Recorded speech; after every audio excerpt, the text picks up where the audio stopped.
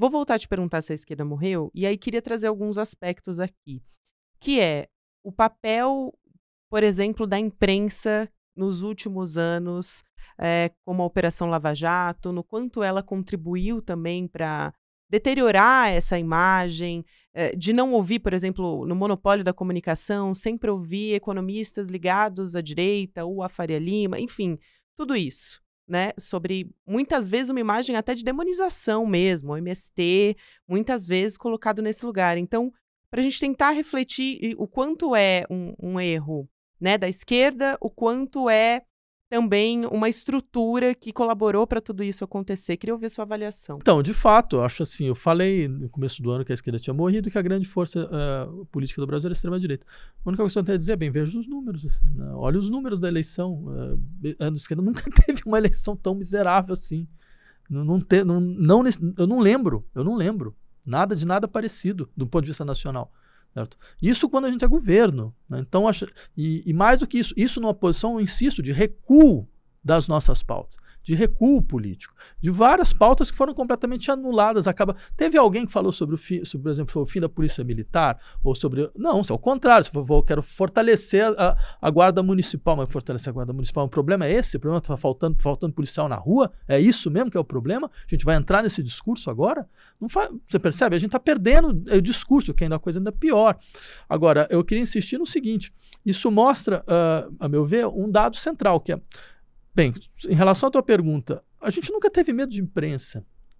A gente sempre soube que a imprensa era contra a gente. Que a imprensa ia fazer tudo para tentar demonizar, não é de hoje. Na eleição de 89, o que a imprensa fez? Entendeu? Basta lembrar, sempre foi assim, e ela nunca vai ser diferente disso. A imprensa tem partido, ela tem classe. A imprensa nacional é um setor monopolizado da economia nacional, mas isso não é novidade para ninguém.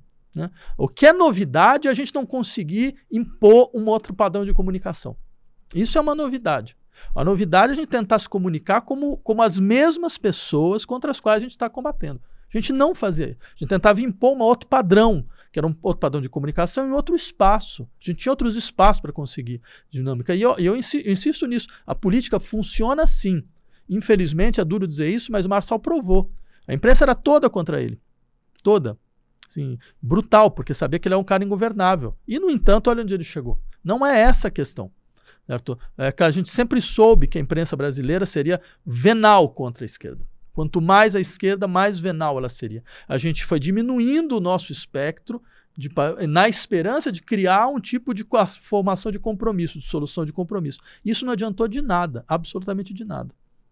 É interessante isso, né? Porque é quase um contrassenso também. Ao mesmo tempo que a imprensa, né, a mídia hegemônica sabia que o Marçal não era interessante, por outro lado, ele foi chamado para todos os debates. Porque a lógica da comunicação de massa é implacável. A lógica do espetáculo, essa mistura de entretenimento e informação, ela é implacável.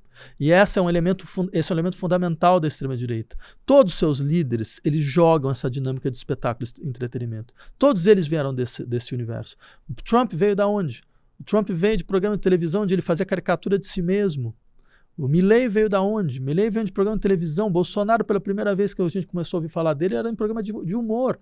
Entendeu? Então, ou seja, essa é a personalidade deles. Uma personalidade estereotipada, uma personalidade funcionalizada, de alto impacto, uma personalidade que sabe jogar muito claramente com essas imagens, sabe, que vem dos setores mais fetichizados do entretenimento, como se tudo fosse um grande filme de super-herói. Eles fazem isso, porque eles são assim. Mas o fato é que agora a gente está fazendo também, e a gente vai sempre fazer mal, porque quanto mais a gente fizer, mais a gente está falando, não, mas eles são os orgânicos, eles são organicamente, eles vão sempre funcionar melhor. Essa lógica é mais forte do que qualquer outra coisa. Então, ao invés da gente problematizar essa lógica, a gente assumiu como o campo natural do político.